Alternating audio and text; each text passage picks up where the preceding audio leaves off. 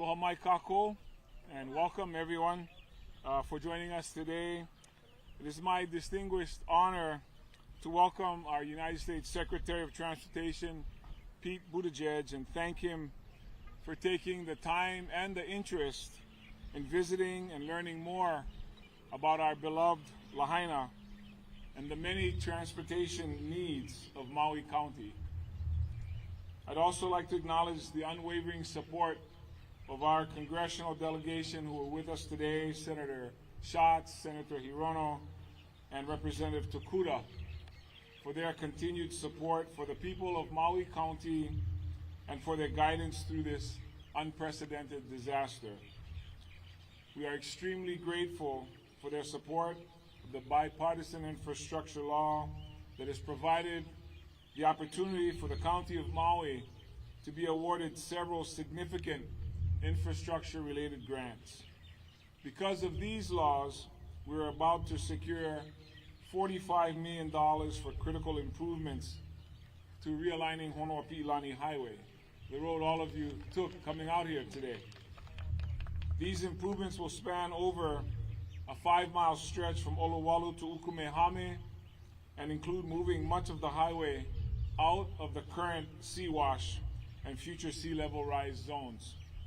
And they'll also protect the continuity of the West Maui route that connects our communities and supports access to West Maui.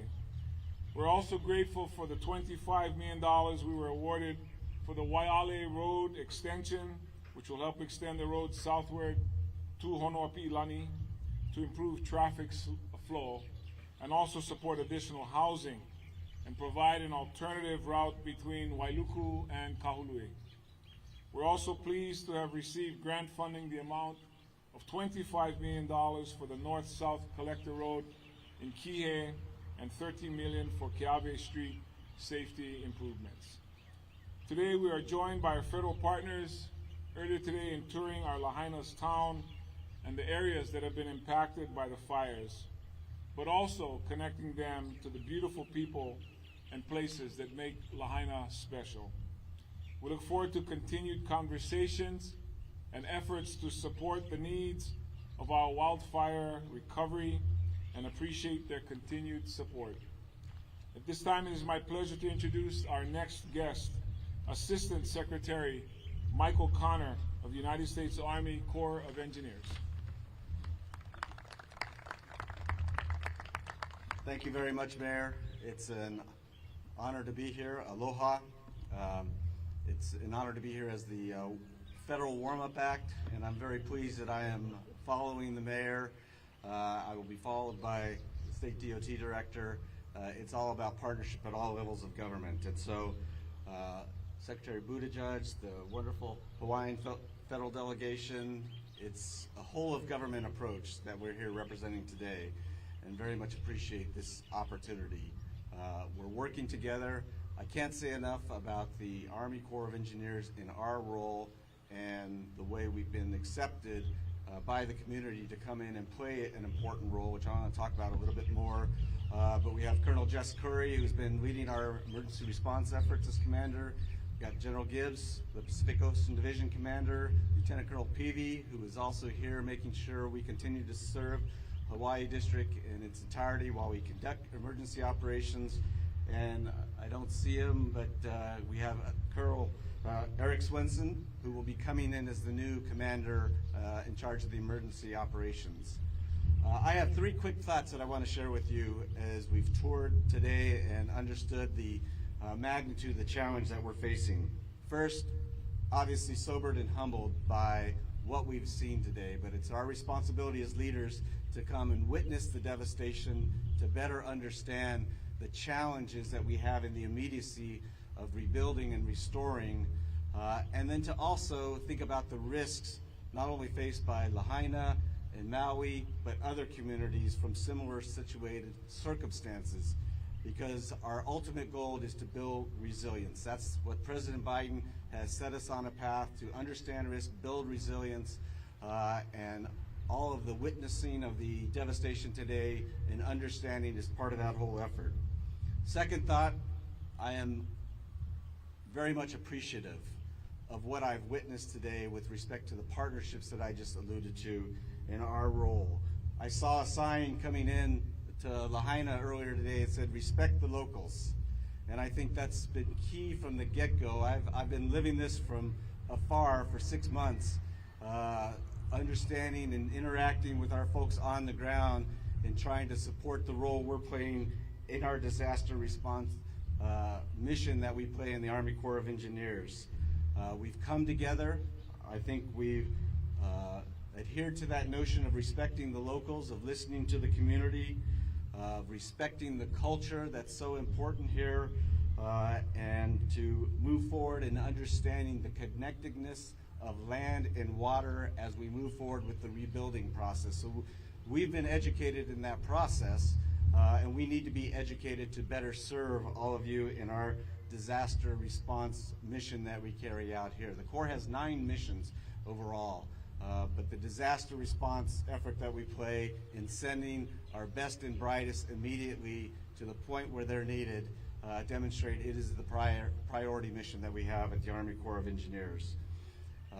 Lastly, on this point of appreciation, I would just want to say as part of the education process, I was driving around yesterday and I've been exposed to a new word, which I'm sure I will butcher, but ahapua ah. That is our understanding of the connectedness here between land, water, from the mountains to the ocean. And in conducting our operations, we have to respect that concept that's so important here in Hawaii. Last point I'll make is motivation. Coming here, seeing all the work that's been done and how it's been pulled together, and understanding that even as the Army Corps of Engineers is very mission oriented, we want to carry this out. We want to focus on that mission. The team here needs support, and that's what our leaders, we're responsible for providing that support, making sure the resources are right, to understand not only what we need to do to build the foundation for rebuilding the community, but as I mentioned, we have 9 missions. We want to be here not just to help rebuild, but we want to restore and protect this community, and we look forward to being a resource for Lahaina, for Maui, for Hawaii in general as we move forward. And with that, let me say thank you again for the opportunity. I will now, local, federal, back to state, the DOT Director, Ed Sniffen, our partner in so many endeavors. Ed. Hello all, thanks so much. I apologize if I'm a little bit distracted. The wheel keeps jumping, like 3 times back there. And you don't see it, but it's amazing. I really appreciate you all coming out today. The partnership that was talked about was absolutely amazing. And not just from getting the work done. Going through the discussions with FEMA and with the Corps of Engineers and seeing the cultural sensitivity that the mission is being accomplished in, absolutely mind-blowing. So really appreciate all the work that our federal partners are doing and the leadership that the mayor is showing through all of this. Definitely want to thank Secretary Pete for coming down. I shared a conversation that I had with him when I was in DC. We were meeting up and I was telling him, you know, we've not had a seated secretary in Hawaii since Norm Mineta, I believe, in 2005. So you got to come down and see the state and see the needs that we have here. And Polly Trottenberg jumped in front and said, hey, Ed, you got to understand here. It's really difficult from the optics perspective for a secretary to come down to Hawaii. So I'll take one for the team and I'll come down to Hawaii instead. But really appreciate Secretary Pete coming down here to see the needs that we have, to see the partnerships that we have here, to understand how we're using the infrastructure money that Bill gave us, that 20% increase in formula funds immediately that we got, and the $50 billion discretionary funds that we can compete for, how we're using it to ensure that we hit all the states and the counties' goals here. We're looking at housing and homelessness. We're looking at education and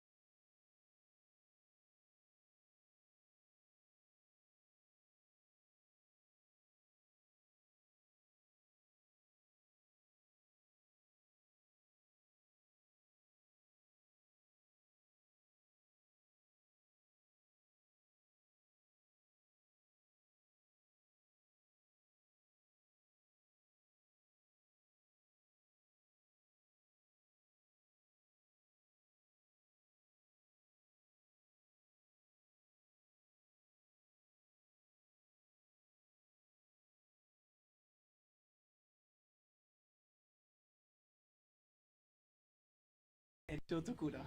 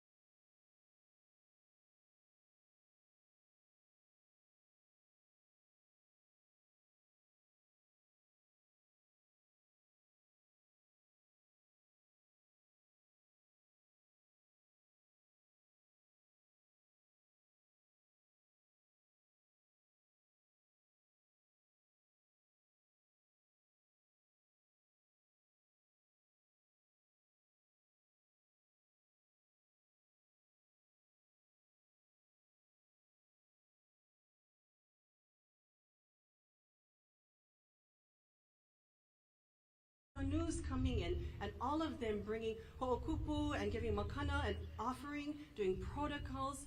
It was as if Lahaina was calling to us to come to this piko, to make sure that we understood the value and the opportunity in this moment that we have. You've heard a lot about the billions, literally, of dollars that we will be bringing into the state, into Lahaina's revitalization in the years, in the generations to come. The hard work being done by all of our federal, our state, our county, our nonprofit and local partners. That is absolutely critical. But most importantly, it's incumbent on us to recognize the connection that we have to each other. And Secretary, you've seen just coming here. You came here by plane. You drove many miles from the airport to get here to Lahaina. And we've talked to you about what this ocean truly means to us as an ability to connect us as a community. Lanai to my front, Molokai to my right. This is, again, the piko. And if it's not for infrastructure, if it's not for transportation to give us hope that we can be connected, we can be stronger together, then we are lost. So please understand, Secretary, the important role you play to so many here in making sure that we not, again, just rebuild Lahaina, we re-envision a future where we all can be connected. As Maui County, as Hawaii, as an island community, and as an island state, infrastructure, that investment in transportation. Transportation gives our people hope that they can be connected. You play such a vital role in our future here. So mahalo, I'm gonna keep this short. For coming here today, we invite you back time and time again, but most importantly, thank you for giving us hope by investing in the transportation necessary for us to connect to loved ones, to connect to healthcare, business, education, so much. But again, to connect together back in these places, these centers, so we can rebuild our future together. Mahalo. And at this time, it's my privilege to introduce Senator Hirono. Aloha, everybody. Are we saving you two guys for last or something? Okay, well, one thing, I think the one thing that we all should take, and all of you from members of the press should take from today, as well as all the other times that we have had people come to experience for themselves what has happened to Maui, is the continuity of effort by all of us at all levels of government. We have the mayor, we have I know that the governor has been here many times, the president and the first lady came, and here we are. It's continuity of effort, commitment from all of us for the kuleana that is Lahaina and Maui, reflecting, by the way, the recovery must reflect the values of the people here, and we must listen to their voices. When the colonel did the briefing for our group in the beginning, he said that he's from the mainland and he's going to go back to the Pentagon. He said he had never been involved in a project or in an event like this, in that there are cultural sensitivities that are observed in the rebuilding that he's never experienced. There are literally dozens of cultural monitors who are involved in the recovery process. That makes Hawaii so unique, not just this beautiful scenery. I still haven't seen the whale, by the way. Okay, anyway, we're in this together, everybody. And I'm really glad that our entire congressional delegation, we are going to continue to work very, very hard to make sure that the resources continue to come to Maui to make sure that the rebuilding happens, as I said, in a way that reflects our values and listens to the voices of the people here. I thank Secretary Buttigieg for being here. We have had what I would call the family federal agencies who are here. Very shortly after the wildfire, over 1,000 federal employees have been here. Many are still here because they have a commitment to be a part of our recovery. So mahalo nui loa, we're going to keeping on. I'm not sure whether, is it you, Brian? Okay. I don't know, they don't tell me anything, you know? Okay, so we're gonna next hear from my partner, Brian Schatz. Aloha, everybody. Thank you to all of the staffers who put together this incredible, productive day. I have a couple of thoughts. I mean, the first thing is, you know, I'm standing next to the secretary, and I see the chickens running by, and I see the whales breaching, and I think, okay, he got his Maui moment. A couple of thoughts, a couple of encouraging pieces of information that I got this morning. That is, you know, I'm not breaking news, but just wanted to emphasize two positive things, and then one thing that we really need to work on together. The first is that the Army Corps really is on track for clearing and making available for re-inhabiting all of the residential structures on time.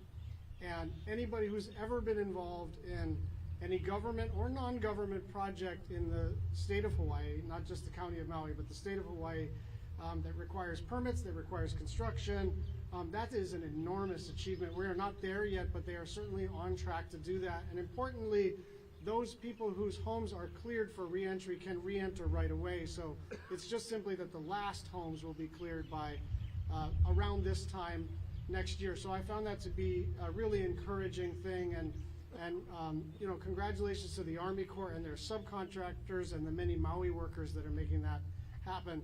The second is that I've never heard of anything getting built in 95 days. But to get a school built in 95 days so that on April 1, these kids can go back onto campus is something worth really celebrating and being appreciative of. And, you know, it's a little hard to be so laudatory of all the good work that's going on when so many people are still suffering, right? That's the challenge, is that this could turn into a bunch of politicians congratulating each other and the people who work for those politicians, and yet, right, and yet, thousands and thousands of people are still having to move their life's belongings in bags and buckets, not sure what's going to happen next. And so the last thing that I think we all need a laser focus on, there are lots of long lead time items.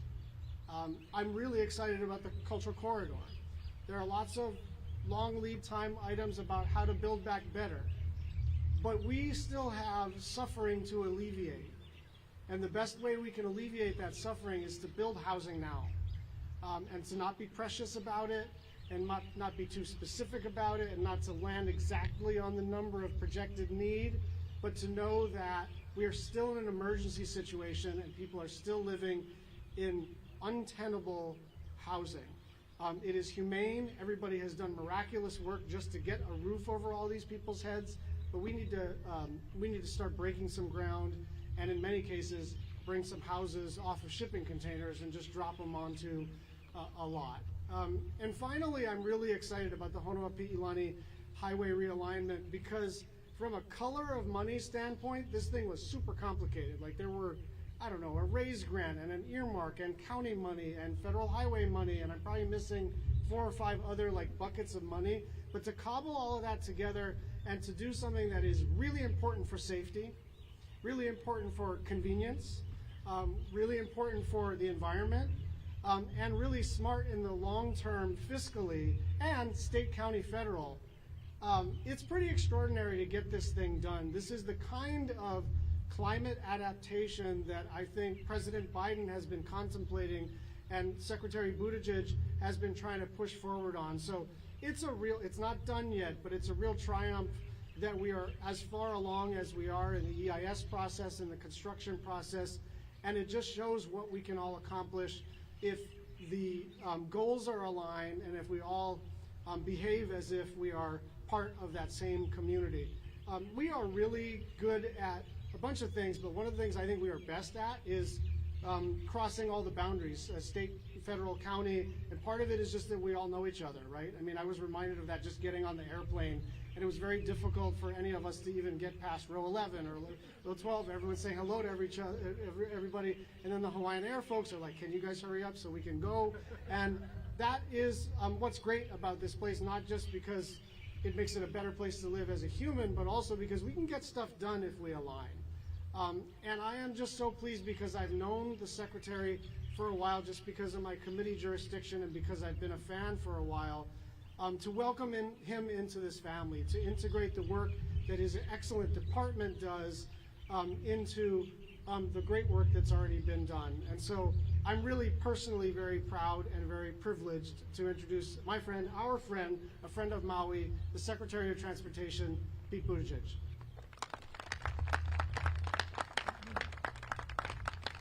Thanks very much, Senator. Thank you for the chance to join you. I appreciate the kind introduction. Senator Schatz really has become a friend. He's an extraordinary leader, somebody who has done so much to help shape this bipartisan infrastructure law that even makes it possible for us to have this good news, and is a partner in delivering the kind of change and transportation that we need. And I would be saying that even if he wasn't in charge of the committee that controls all of the money that goes to my department. Just for the record, you have great leadership and a great delegation here. Likewise, Senator Hirono, who has long been encouraging me to come to Hawaii. I was always looking forward to taking that invitation up, but it's really great to be able to do it. She is passionate about many things that we care about at the DOT, from improving the passenger airline experience to making sure that we support, encourage, and recruit more women to get into engineering and transportation careers, and has likewise been a great partner in delivering. And Representative Takuda, you were arriving in the House of Representatives at just the right time. I don't know if it feels that way from the inside, but we are glad that you're joining and have come to Congress and have immediately established yourself as such an effective voice for the people of Hawaii.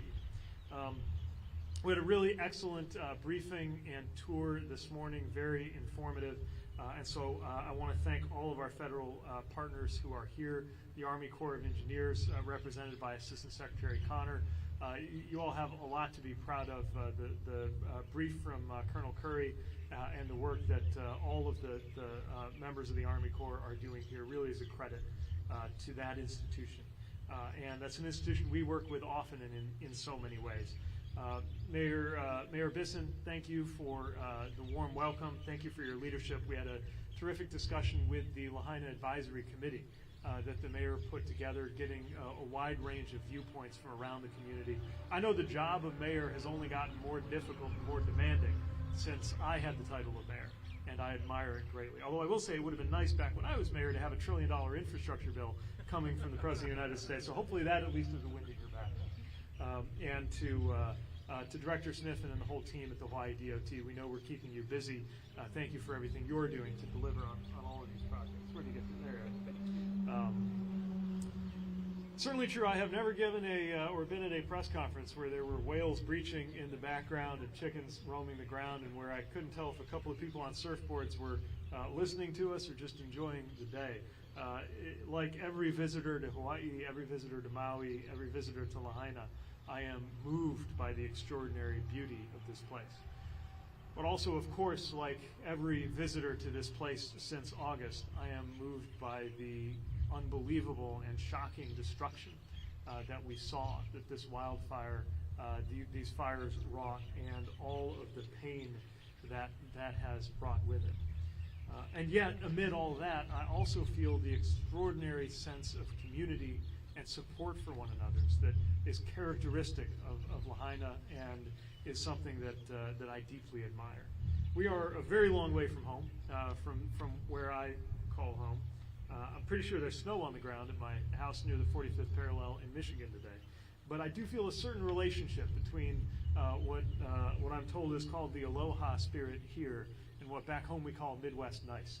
And it's made me feel very at home. And also in that collective thoughtfulness and spirit of taking care of each other, you can see how that came into action right away with the disaster that struck this community and the way people looked after each other. I think we see it in the extraordinary percentage of the people of this state who serve in the armed forces and the fact that this state has the highest labor union membership in the country. And when we talk today about the future of transportation on Maui, we do it with the understanding that that sense of collective responsibility, of collective fate, and of shared opportunity gives us a great deal of confidence in the future that you all are building here. And it's one that the President and the Biden-Harris administration are deeply committed to being your partner in, even with eyes wide open about the scale of work underway and the challenges faced here. Climate change is already harming people and infrastructure in every part of the United States, but what Maui has faced is, of course, unique. The fire in Lahaina was a type of all-encompassing terror that is hard to imagine and hard to fathom for those who were not here that day. It took 101 lives, displaced thousands, and left a lifelong impact on many more who lost loved ones and were displaced. It was the deadliest wildfire to strike any American community in more than a century. And then, just a few miles away, a very different threat is on display, another one that you see in different forms in different places, but that is shared across different communities, which is water in the wrong places. Honoapi'ilani Highway faces increasing erosion, sea level rise, and swells that overtop the road now dozens of times per year. It can cause hours of traffic delays each time on the only thoroughfare connecting West Maui with the rest of the island. It's more than an inconvenience. It keeps people from getting to work, stops people from reaching the hospital quickly, it keeps vital goods from being moved across the island, and it blocks off the road for emergency responders or evacuations. These challenges are profound, but so are the means to confront them together. I came here because transportation in Maui is unique and vital to life here, so I thought it was important to see it firsthand, and because I wanted to make sure I could offer an update on what the federal government is doing to be a good partner in building that future of transportation on this island. First, for Lahaina, our administration recognizes how much work remains, and I carry the message from President Biden that his whole government will be here with you for as long as it takes. Represented by a fellow cabinet member, Ambassador Tai, being here, by the EPA, the Army Corps, FEMA, and all of our partners who are on the ground. And while much of that work is outside of the transportation space, I do want to report on the work that DOT has been doing alongside those federal, state, and local partners. Our department has assisted on the safe transportation of hazardous materials, addressing the school bus driver shortage, rebuilding the damaged ferry terminal, adding bus stops and routes, technical assistance on building temporary housing for displaced residents on a highway right-of-way, and more steps. And I want to thank our own Federal Highways team and US DOT team for that work. It's just the start of what is needed, but it's a meaningful start. We also heard loud and clear when communities in Maui have said that people don't just want everything put back the way it was, but want to take this moment to design for the future. And I want to touch on a few examples of that. We were thrilled to be awarding funds to help the county bring its vision to life for a new Kiawe Street in Lahaina with crosswalk improvements, roundabouts, buffered bicycle lanes, and for an extension of the Liloa Drive and its shared use path in Kihei, so that both areas will be safer for people to drive, to walk, and to bike. Then last week, we announced funding to Kahului Airport to help complete the new TSA screening area, enabling passengers to get through security and onboard that plane for all of those hellos a little more quickly and more comfortably. Now, one of the things I'm most excited about is the work that we are doing together on the future of the Honoapi'ilani Highway that's been mentioned by many of the other speakers today. We were proud to award funding to help relocate a portion of the highway farther away from the coastline to make it more resilient against climate change and to keep this critical connection open. There's a lot underway, and I hope you can picture what this transportation system that is more resilient, more connected, and more sustainable for the future is going to look like and feel like, because we share this vision of walking, biking, driving to where you need to be more safely with less traffic and less pollution on Keawe Street and Liloa Drive, or on I had it right the last couple times, Honoapiilani Highway, I hope, and more. And we can even envision the peace of mind that will come from knowing that families can get to where they need to be without the road being washed out or without being stuck somewhere, whether it's in a vehicle or in line at the airport when your flight is getting ready to board. We believe in this better future, and we believe in the partnership that will make it possible for us to deliver it. And there's one more thing that I hope you can picture that hopefully you're already seeing, and that's jobs. Good union jobs that you can raise a family on. And that's another way where I see another overlap between what's going on here in my Midwestern home. President Biden's policies have brought a whole new wave of good infrastructure jobs, making it so that more people with and without college degrees, can stay and work and thrive in the communities where they grew up, whether it's a place like South Bend, Indiana, Traverse City, Michigan, or Maui. And I again want to thank and recognize Senators Schatz and Hirono for being such leaders in Congress, helping to craft that infrastructure law. Because while we are all talking about what it delivered, almost as if there could never be any other way, the truth is it was far from guaranteed that that would pass. The legislation that's funding so much of this work was declared dead on arrival many times before we actually got it done. Just one last thought I want to share, which is that the fact that a place like Lahaina and a place like Northern Michigan and a place like Washington, D.C. all belong to the same country is a striking reminder of what we have in common as Americans, even across extraordinary distances. And it points to the importance of shared vision, shared work, and shared action. So I want you to know that we are committed to be here for the long term through all of that shared action to deliver results and to make sure that transportation here meets its potential to make everyone better off. Thank you again for the warm welcome, the chance to be here, and the phenomenal work that's taking place on the ground. Thanks very much.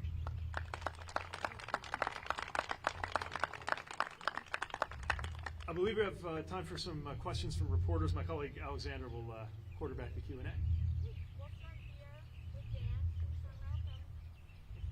Hello. Dan DeCosta. Go ahead. Dan DeCosta from the Hunter News Story. Can you elaborate on some of the conversations you had today, maybe from Mayor's Advisory Council that are likely to stick with you for a while as you go back to Washington? Yeah, for sure. You know, what I found and what reminds me of what I appreciate about mayors is a commitment to balance the urgency of getting things done and making swift decisions with the importance of taking time to gather input from people whose voices need to be heard.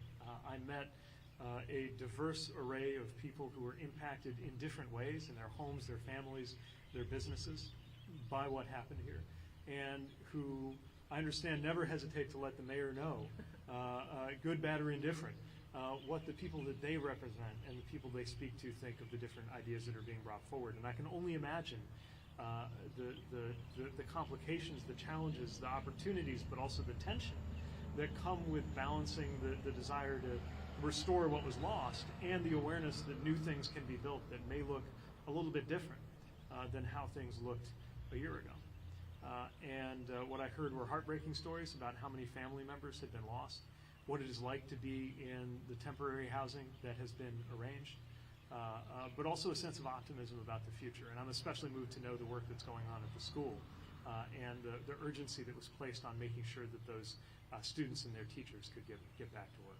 Every mayor is a walking symbol of what a very diverse community has in common. And I see that reflected, not just in the mayor's work, but in the group that he surrounded himself with. Do we have any other questions? Aloha, Secretary. This is Matt, Big Short News. Just curious, when the rebuilding of Lahaina begins, did you notice any sort of need for more major roadways to go in and out? We saw in the emergency how cars were just packed trying to get out. People were not able to make it out. Yeah. How important is it to take that into consideration when it comes time for the rebuilding process? Yeah, one consistent theme I heard both from your delegation and from community members was how important transportation is, of course, for daily life, but also for those evacuation scenarios. And while we certainly hope nothing remotely like the wildfire will strike this community again, it's not the only kind of scenario which requires people being able to have swift and sometimes sudden access to being able to get in and out. Part of that, of course, is the importance of the Honoapi'ilani Highway itself. But we also saw other roads here that are federally managed or state managed, but federal roads. And it's one of the reasons why, as part of the infrastructure plan, we have a whole new source of funds called Protect, which is specific. It's the first time we've ever had funds that are specifically about resilience.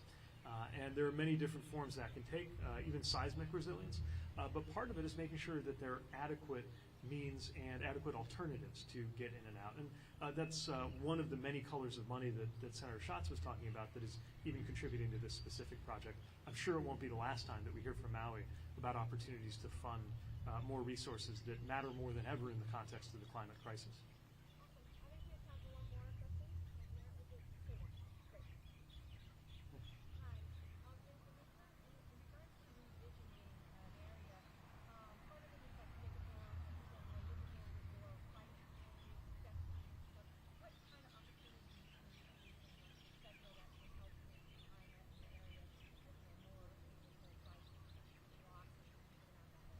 One thing we've worked on a lot is the promotion of what are called complete streets. The idea of making sure that a streetscape is one that serves not only vehicles, but pedestrians, bicycles, wheelchairs. I would add small business because the configuration and the flow of the street can really make or break the businesses that live along it. I would also emphasize that while the recreational opportunities here are extraordinary, it's not only about recreation, but also safety. And this is why I really want to emphasize everywhere I go that good pedestrian and bicycle infrastructure is not ornamental, it is fundamental, because it is an important part of how we can reverse the crisis of rising roadway deaths in this country. We've finally seen the first indications several quarters in a row of that number going back down, but it's still far higher than it should be. And it's largely driven by crashes that involve bicycle and pedestrian, the cyclists and pedestrians. So, with the enormous challenge that this community is confronted with, come opportunities to reimagine roadways, streetscapes. We won't prescribe any of that from Washington. One thing, every one of the 40,000 projects and counting funded by the bipartisan infrastructure law has in common is not one of them was something that we thought up at the US DOT headquarters. The ideas shouldn't come from Washington, but more the funding should. So I trust that communities like the communities in Maui will approach us with projects, and whether it's through our Safe Streets for All program, our RAISE program, or the formula money that Director Sniffen and his colleagues seek to make the best possible use of, that those federal dollars will go in part toward that kind of infrastructure improvement.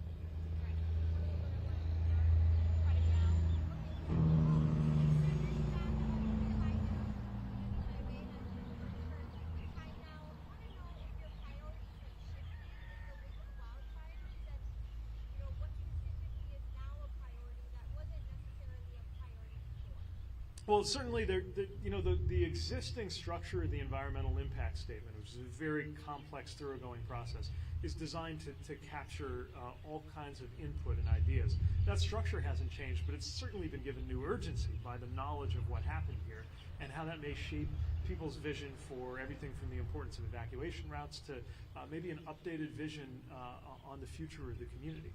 So in some ways, nothing about this is fortunate, but it is timely in a way that the environmental impact study process is still open for a little bit longer in a way that can allow those ideas to come in. And again, our job isn't to think up those ideas, it's to make sure that they're heard and that there's a good, healthy community process that takes those on board. Having said that, I certainly would expect that there will be even more attention to the importance of evacuation, and perhaps new visions for the way the streetscapes work in this community that can and should be taken on board in the final design. All right, thank you. Or mahalo, I should say. Thank you very much.